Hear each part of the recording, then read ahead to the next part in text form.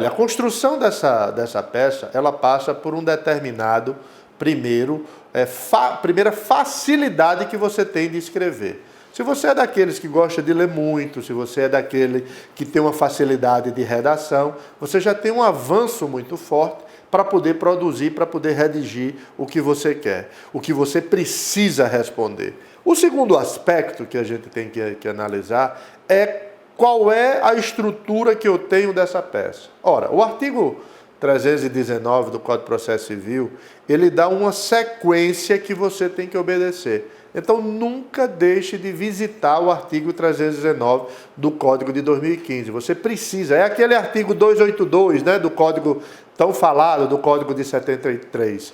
Os requisitos da petição inicial.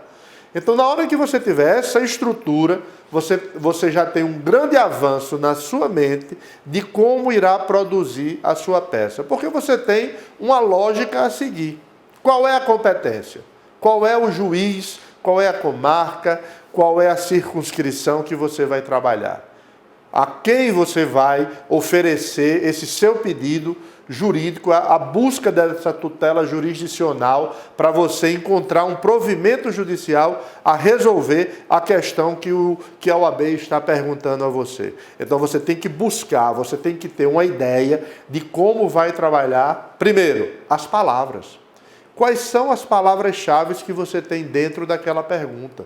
Examine. Aquelas palavras-chave estão falando de aposentadoria, aquelas palavras-chave estão falando de direito líquido e certo, aquela palavra-chave falou de aluguel. Nesse instante que você detecta as palavras-chave, você sabe qual é a legislação extravagante que você precisa utilizar. Bom, eu já sei aqui as palavras-chave. Tem aqui palavras que se repetem no índice de determinada legislação extravagante.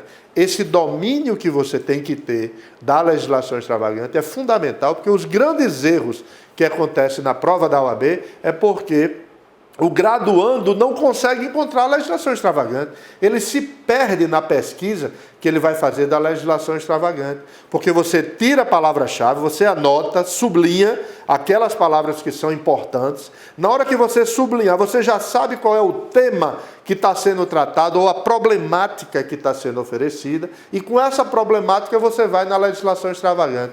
Quando você chega na legislação extravagante, o que é que você encontra? O primeiro fundamento.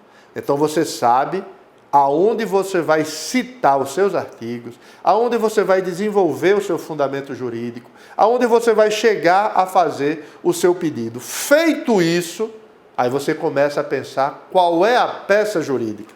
Antes de você pensar qual é a peça, primeiro pense qual é o fundamento.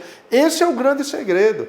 Essa velocidade que a gente tem no dia a dia, a gente quer logo saber qual é a peça, já tenta fazer lá o nome da peça, acha que a peça é aquela, e aí você entra no erro. Não, tenha um pouco de paciência, analise as palavras-chave, encontre o fundamento, que muitas vezes estão lá consignados, às vezes literalmente, na legislação extravagante. Quando você tiver esses dois aspectos bem claros na mente de vocês, aí vocês fazem o raciocínio de qual vai ser essa peça jurídica.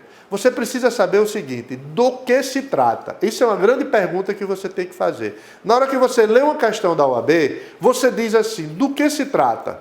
Aí você começa a refletir do que é que você está lendo.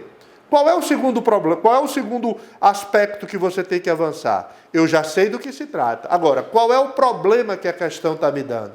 Quando eu fizer esses dois exercícios mentais, que eu começar a produzir dentro dessa hermenêutica contemporânea, a compreensão, não é aprender, porque aprender é direito positivo, nós precisamos compreender, nós precisamos constitucionalizar o pensamento.